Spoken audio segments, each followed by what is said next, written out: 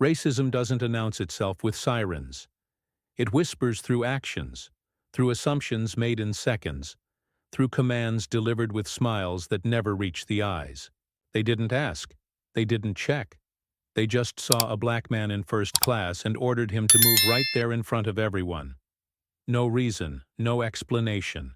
Just a cold command. There's someone more important who needs that seat. A man who paid full fare. A man with the right ticket. A man whose only difference was his skin. What they didn't know. That decision would cost them $500 million. Who was he? Why did his silence shake an entire industry? And how did one act of arrogance explode into global headlines? This is every twist of the flight they'll wish never took off. At 6:48 a.m., JFK International Airport hummed with polished chaos. Suitcases glided across marble floors, designer heels clicked with practiced precision, and overpriced espressos scented the air like expensive perfume. Marcus checked his boarding pass again. 1A. Marcus moved toward the front of the cabin, toward his seat. But when he reached 1A, he stopped. Someone was already sitting there. A man, middle-aged, white, perfectly at ease in an expensive charcoal suit and polished loafers, lounged like the seat was custom-built for him. He sipped champagne and scrolled through emails as if the aircraft belonged to his father. He turned to the nearby flight attendant, a tall blonde woman whose name tag read Victoria. "Excuse me," Marcus said calmly. "I believe that's my seat." Victoria gave him a once-over, subtle but surgical, and responded with a practiced smile that didn't reach her eyes. "Sir, I'm going to have to ask you to step aside for just a moment. We've had a last-minute change. That seat has been reassigned." Her tone was light but dismissive. She didn't check his ticket, didn't ask for his name, just assumed. Marcus didn't move. "I wasn't informed of any change. That's my assigned seat, confirmed and paid in advance." Victoria shifted, lowering her voice as if implying she was doing him a favor. "We had a priority request from one of our platinum partners. We're asking for your cooperation so we can begin boarding other passengers." She gestured toward a seat in business class, 7C. Still nice, still expensive, but not where he belonged. Marcus's brow lifted slightly. "And who exactly made that request?" Victoria hesitated, then gestured discreetly toward the man in 1A. "Mr. Warren Pierce. He's a legacy investor with the airline. Very influential." Marcus's face didn't change, but something in his eyes narrowed. Warren Pierce. The name was familiar. A venture capitalist with a long track record of shady deals, and a public scandal just 2 years ago when caught on a hot mic calling diversity hiring a PR stunt. Yet here he was, being prioritized without question, handed the best seat on the plane like a birthright. Victoria added almost proudly, "Mr. Pierce flies this route weekly. He requested 1A specifically." Marcus looked at her evenly. "And that was enough to bump a confirmed passenger from their seat?" She held his gaze for a second too long before offering a weak shrug. "Sometimes we have to accommodate our most valued guests." The implication was clear. Marcus wasn't one of them, at least not in their eyes. Passengers nearby had begun to glance over, sensing a disturbance. Some looked away. Some stared. A man in 2C leaned to whisper something to his wife. Marcus didn't raise his voice. Instead, he reached into his inner pocket and pulled out his phone. "I'd like to speak to the flight supervisor." Victoria's smile vanished. "There's really no need to escalate, sir." "There is," Marcus replied, dialing a number without breaking eye contact. Marcus remained still, his calm gaze fixed on the woman before him as silence stretched long enough for tension to harden around them like glass. Victoria, now shifting from passive courtesy to professional command, leaned in slightly, lowering her voice but sharpening her tone. "Mr. Richards," she said, her words clipped with performative politeness, "I'll need you to move to your reassigned seat so we can complete boarding." She still hadn't asked to see his ticket, hadn't spoken to a supervisor, hadn't verified the reassignment with him directly. She simply expected compliance, the kind that comes after years of subtle conditioning where people learn to choose peace over principle to avoid becoming a problem. But Marcus wasn't built that way. He didn't move. His stance, though relaxed, made something clear. He wasn't going to make this easy. Marcus Reynolds didn't rush. He never did. The man walked with the deliberate stillness of someone who already owned half the air in the terminal and was considering buying the rest. His steps, though quiet, commanded attention, if not from people, then from the space around them. He wore a deep navy three-piece suit, crisp white shirt, no tie, the top button undone with purpose. No flashy accessories, no security detail, no entourage. Just unshakable presence that made passers-by wonder what they'd missed. Victoria glanced over her shoulder and nodded toward the jet bridge. Moments later, a second attendant appeared. Younger, less certain, still carrying the hopeful energy of someone not yet jaded by hierarchy. His name tag read, Daniel. Daniel looked at Marcus, then at Victoria, and seemed to hesitate. "Is there an issue with the manifest?" he asked, voice just above a whisper. Victoria didn't answer him directly. Instead, she stepped closer and said under her breath, "Not now, just observe." Marcus heard it anyway, the kind of dismissal disguised as protocol.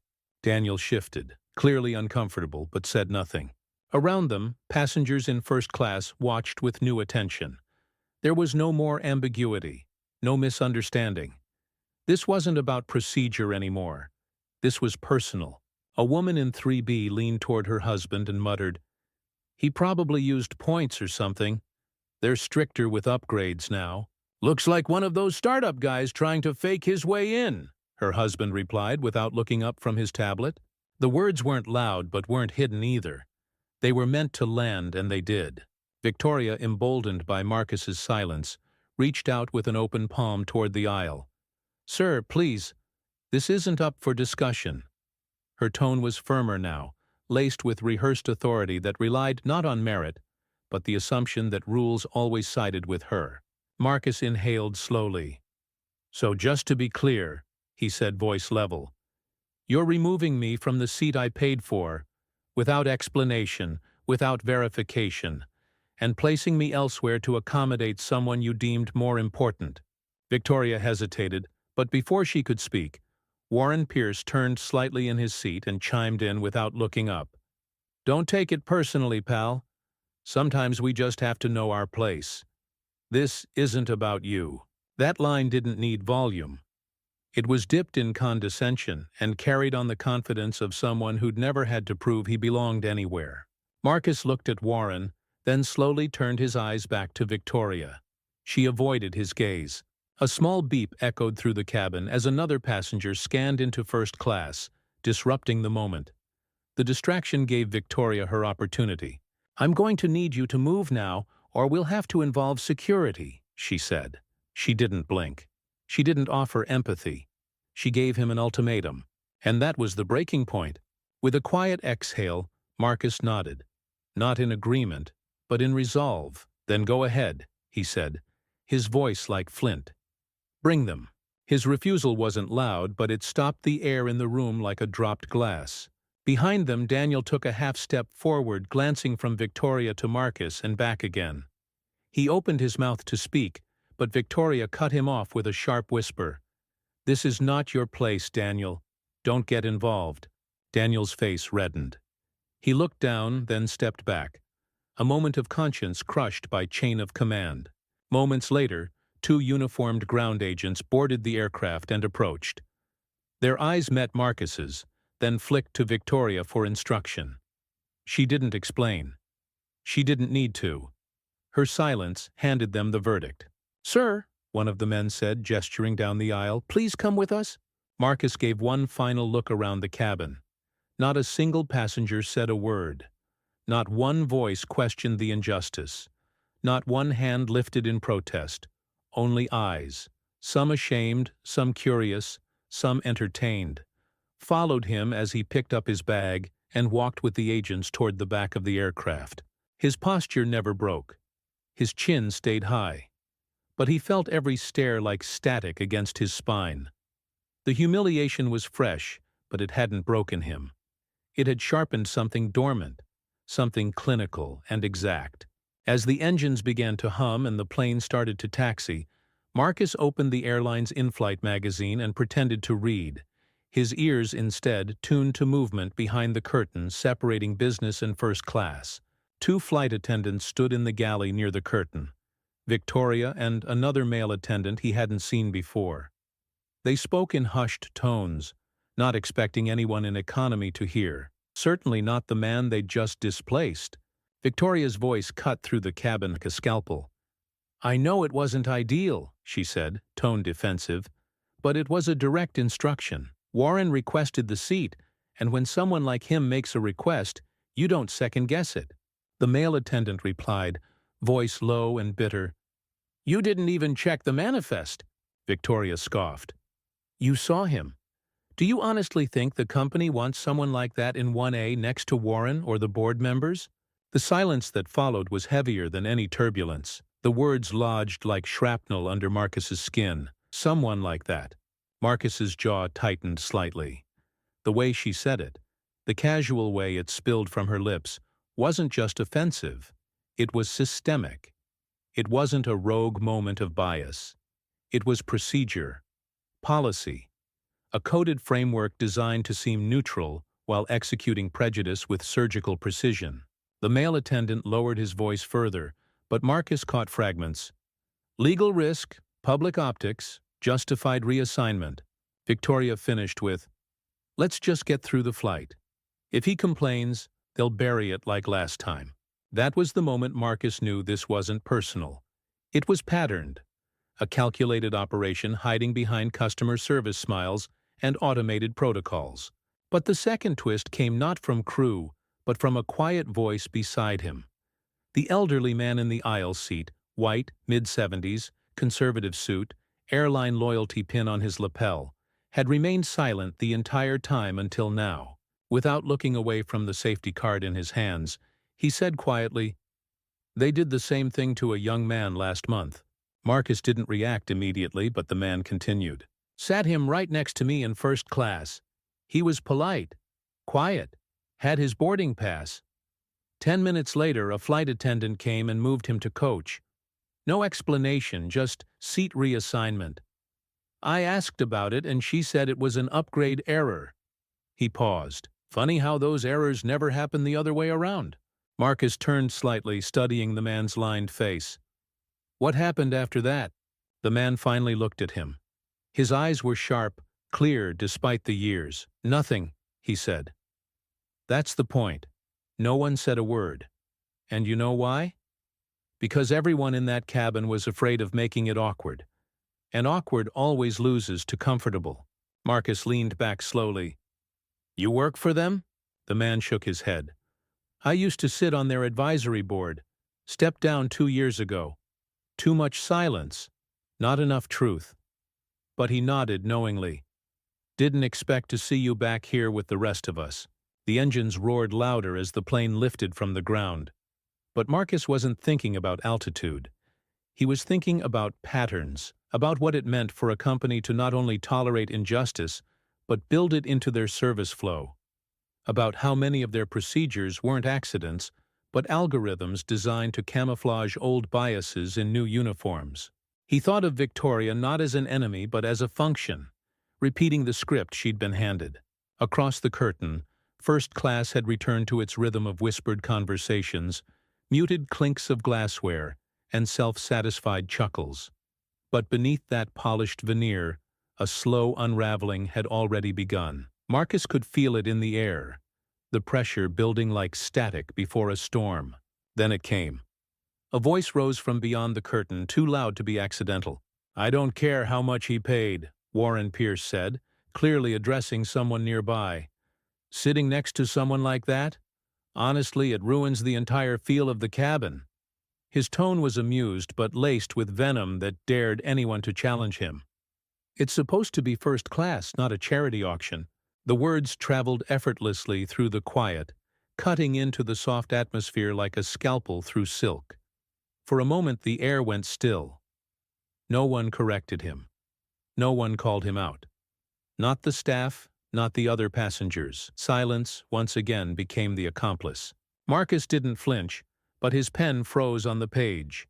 The man who'd once mused that diversity would dilute prestige had finally said it out loud, in public. Raw, unfiltered, and surrounded by comfort. Back in the galley, Victoria tapped her tablet nervously, pretending to review beverage inventory. But her eyes darted toward her private message feed, where a new notification buzzed silently on screen. It was from Bradley Harrison, the onboard flight manager. The text was short, surgical, and cold. Keep first class clear. Let's maintain image. No racial mixing. Too much attention this quarter already. Her throat tightened as she read it. The words were blunt but familiar. They mirrored policies and backroom murmurs she had encountered for years. Rarely written down, always enforced. Now they were in writing, and her fingers hovered over the screen as if holding proof of something poisonous. She looked up and noticed Daniel glancing in her direction again. He had heard Warren's comment, too.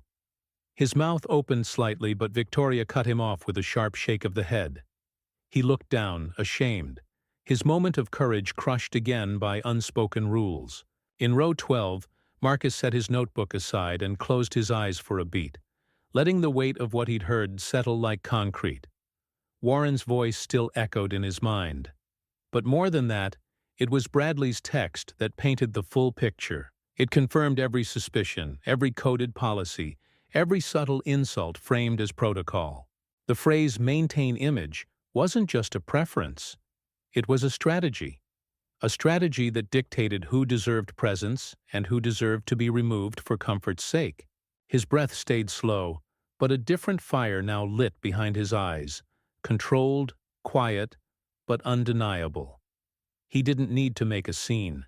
He needed to stay 5 steps ahead. This was no longer about a seat. It was about legacy and leverage. Meanwhile, at the front of the cabin, Warren reclined deeper, grinning smugly as he swirled the last of his champagne. "You'd think people would know their place by now," he said, voice thick with entitlement. "Money doesn't make you upper class. That comes with breeding." His words were directed at no one and everyone. A few passengers offered forced chuckles, the type that masked discomfort behind nervous agreement. Others said nothing, their eyes locked forward, willing the conversation to end. But it didn't. Warren turned to the woman seated beside him, another executive, mid-50s, polished and severe, and whispered just loud enough to be heard, "Soon these flights will be indistinguishable from subways. Can't even protect first class anymore." She didn't reply.